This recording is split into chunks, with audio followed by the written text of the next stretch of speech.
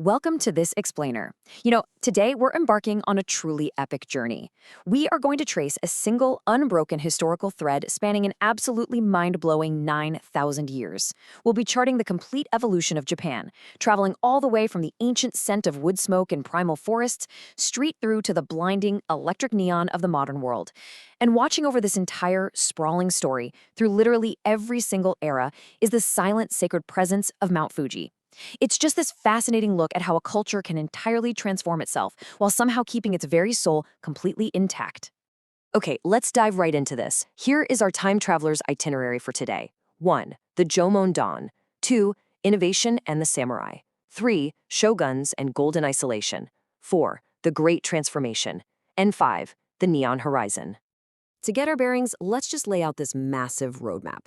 We're covering an immense amount of time here, stretching all the way back to 7,000 BC with early pit dwellings, right up to the glowing metropolis of 2026.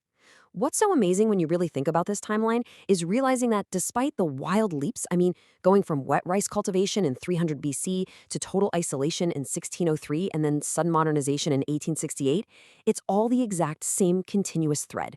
Section 1. The Jomon Dawn. Life in 7,000 BC.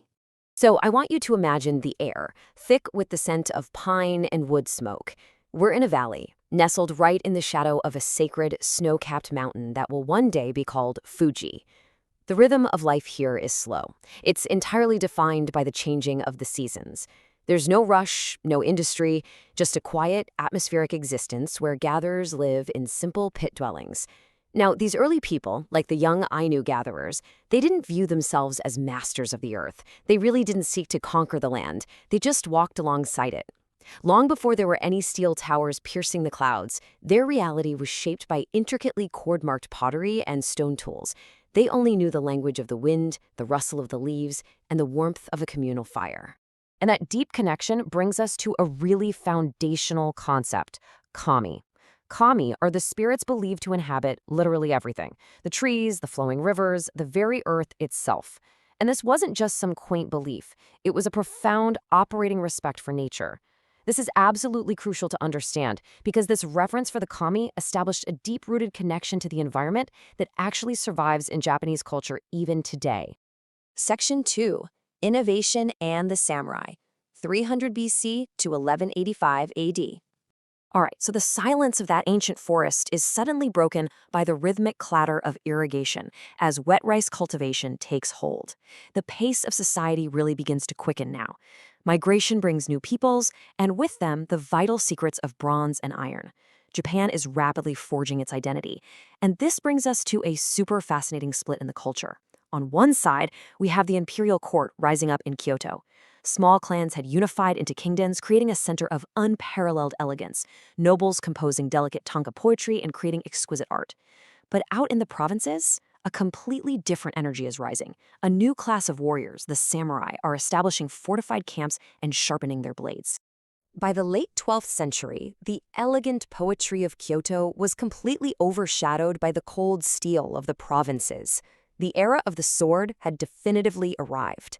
The power dynamic in Japan experienced a total shift, moving away from the gilded, refined halls of the capital's nobility directly into the hands of the military shogunate in their fortified camps. Section 3. Shoguns and Golden Isolation, 1603 to 1868. Under the Tokugawa shogunate, Japan makes a highly deliberate, incredibly structured decision. They turn completely inward. For over 250 years, the nation literally hits the pause button on outside influence. The borders were completely sealed off, a totally closed loop. No one goes out, no one comes in.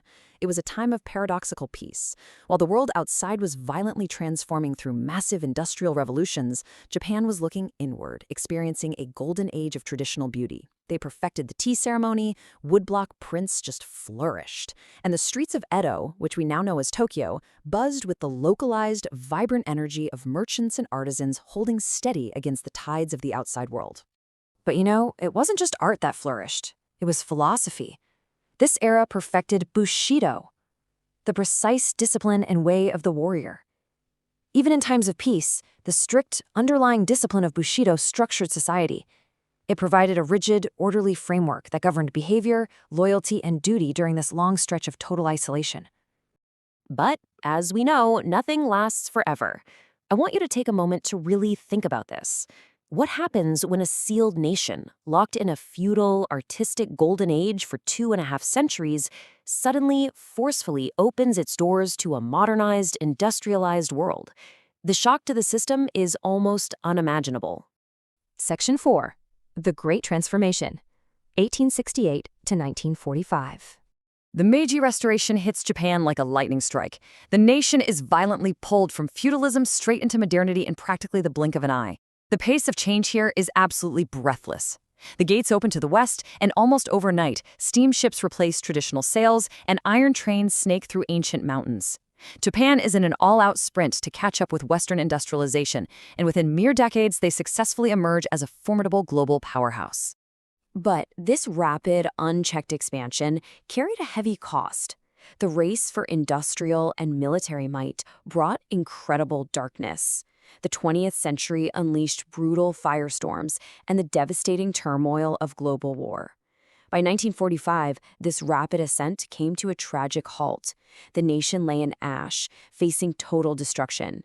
The future was completely uncertain, and the old dreams of empire were entirely shattered. Section 5, The Neon Horizon, 1946 to 2026. Yet from those ashes, something miraculous happens. A fierce, indomitable spirit reemerges.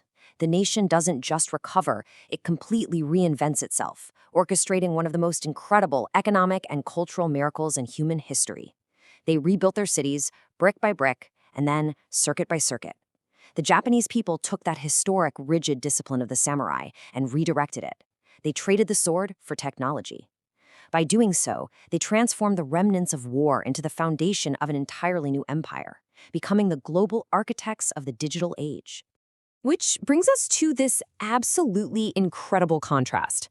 On one hand, you have 7000 BC, pit dwellings, the faint glow of a wood smoke fire, an intimate connection to the earth. On the other hand, the blinding neon glow of Shibuya Crossing in 2026, towering glass, steel, and glowing LED screens. Visually, they are worlds apart, but the transition is a straight line. Because right beneath the surface of that modern glass and steel, the spirit of the Jomon tribe is still alive. That busy modern crosswalk you see in Tokyo, it isn't just chaos, it's a synchronized dance. Thousands of people moving in harmony. It's a direct reflection of the collective discipline and respect for order passed down from ancient ancestors. The mountains still watches over them. The very first wood smoke fire and the LED screens are connected by the exact same cultural DNA. There's this great takeaway from our source material that I just love. It says, "The journey of 9,000 years is not just a tale of time, it is a testament to the endurance of a culture that never stops evolving." And this perfectly captures why Japan is so unique. It's a country that remembers its roots while fiercely building the future. It's a place where you can find quiet reflection in an ancient wooden shrine at dawn, and then be standing in the vibrating center of the world's most high-tech city by sunset. So, as we wrap up this explainer, I want to leave you with a final thought. Knowing how deeply the ancient Japanese reverence for nature and warrior discipline shaped their modern tech empire, ask yourself this. How does the ancient history of your own culture invisibly shape the technology and rhythms of your daily life? What ancient threads are quietly weaving through your world today? Think about it. Thanks for joining me on this incredible journey, and keep exploring.